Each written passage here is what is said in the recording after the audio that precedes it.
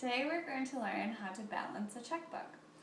Balancing a checkbook is very important, so I want you to take 30 seconds and brainstorm with your partner why balancing your checkbook is important. What did you come up with for why it's important to balance your checkbook? You may have come up with that it's important so that you know how much money you have in your account at all times. It's also important to remember that now that we have check cards and we can just swipe and swipe and swipe, it's important to remember to get a receipt and to write it in your checkbook right after, or even a few hours after if you remember. That way you will always know how much money you have no matter what. Some banks have online banking, so you can also look online too, but not every bank has that.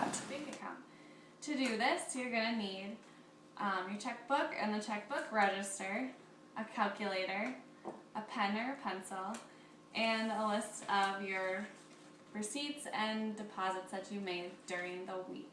Okay, so now that you have all your materials, this is what your checkbook register looks like. You have a place to write the date,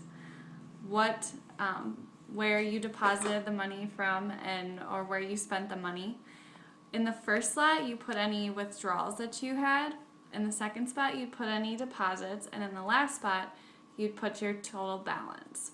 So if you will all take out your checkbook, so we can do this at the same time.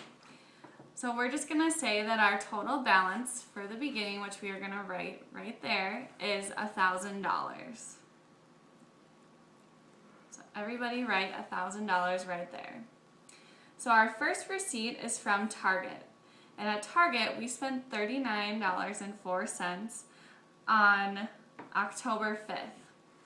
So in this first spot, we are going to write the date, so 10/5, where it was from, Target, and how much money we withdrew, $39.04.